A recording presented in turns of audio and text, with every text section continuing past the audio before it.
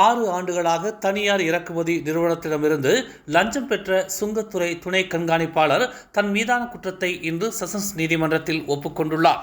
கடந்த 2017ஆம் ஆண்டு முதல் 2023ஆம் ஆண்டு வரையில் சம்பந்தப்பட்ட தனியார் இறக்குமதி நிறுவனம் 90 முறை KLIA அனைத்துலக விமான நிலையத்தின் வழியாக இறக்குமதி செய்திருப்பது விசாரணையில் தெரிய வந்துள்ளது. ஒவ்வொரு இறக்குமதியின் போதும் 50 வெள்ளி முதல் 4100 வெள்ளி வரையில் லஞ்சம் பெற்றதை கைது செய்யப்பட்ட 41 வயதான அமாட் எமீன் நஸ்ருல் அமாட் நஸ்ரீன் எனும் சுங்கத்துறை துணை கண்காணிப்பாளர் வாக்குமூலம் அளித்துள்ளார். இது தொடர்பான மேல் விசாரணைக்காக சம்பந்தப்பட்ட தனியார் இறக்குமதி நிறுவனத்தின் உரிமையாளரை கைது செய்யும்படி நீதிமன்றம் உத்தரவிட்டுள்ளது. வங்கி பண பரிவர்த்தனை ஆவணங்களின் அடிப்படையில் தனியார் இறக்குமதி நிறுவனத்திடமிருந்து சுங்கத்துறை துணை கண்காணிப்பாளர் அமாட் எமீன் நஸ்ருல் அமாட் நஸ்ரீன் மொத்தம் 84,800 வெள்ளி பெற்றது நிரூபிக்கப்பட்டுள்ளது.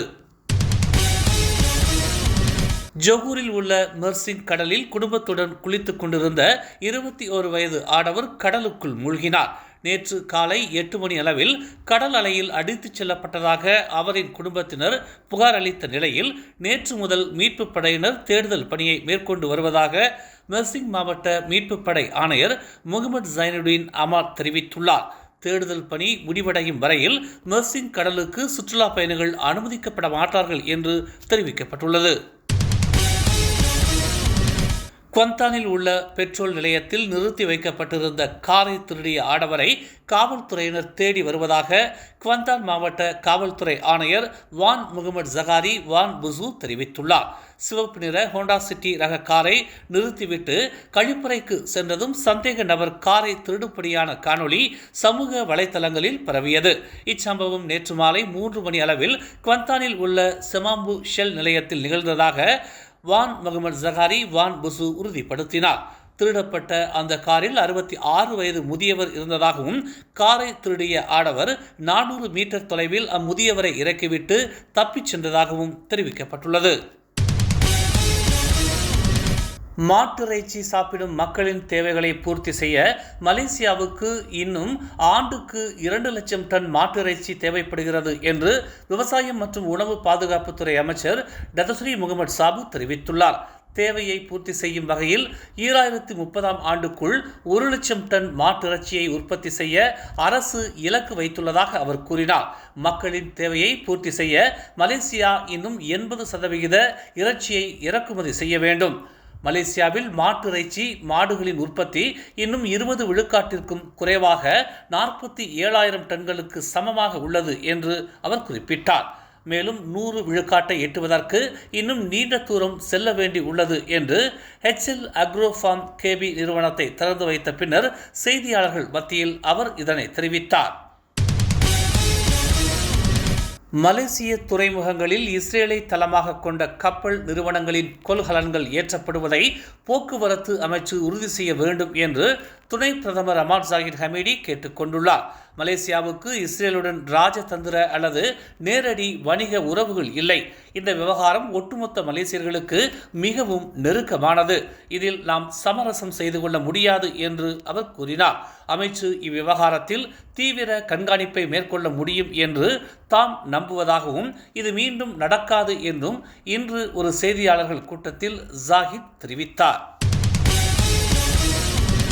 காவல் அதிகாரியால் தாக்கப்பட்டதாக கூறப்படும் மாற்றுத்திறனாளி ஓட்டுநருக்கு சமூக பாதுகாப்பு அமைப்பான சொக்சோ காப்பீட்டு இழப்பீடு கோரி ரைட் ஹெயிலிங் நிறுவனமான கிராப் மலேசியா விண்ணப்பித்துள்ளதாக மனிதவள அமைச்சர் ஸ்டீவன் சிம் இன்று தெரிவித்தார். இன்று காலையில்தான் விண்ணப்பம் அனுப்பப்பட்டது. இது போன்ற பயன்பாடுகள் பொதுவாக அதிக நேரம் எடுக்காது.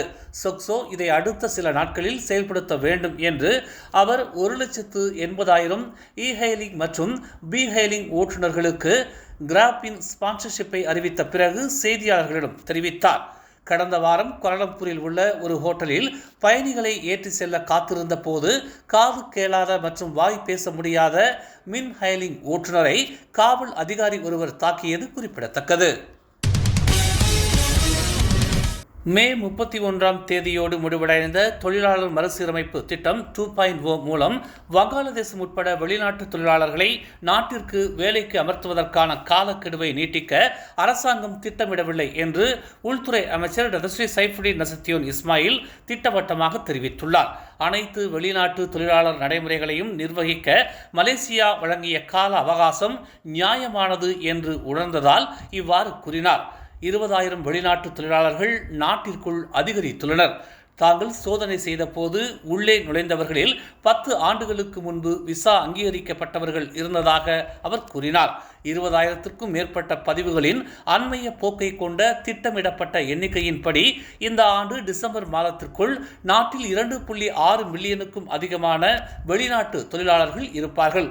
இது பொருளாதார திட்டமிடல் பிரிவின் இலக்கை விட 2.5 மில்லியன் வெளிநாட்டு ஊழியர்களை விட அதிகமாக இருக்கும் என்று சைஃபுடின் தெரிவித்தார். உற்பத்தி, கட்டுமானம் மற்றும் சேவை துறைகளுக்கான வெளிநாட்டு மனிதவள தேவைகளின் இலக்கை வெளிநாட்டு தொழிலாளர்களின் வருகை எட்டியுள்ளது என்று அவர் விளக்கினார்.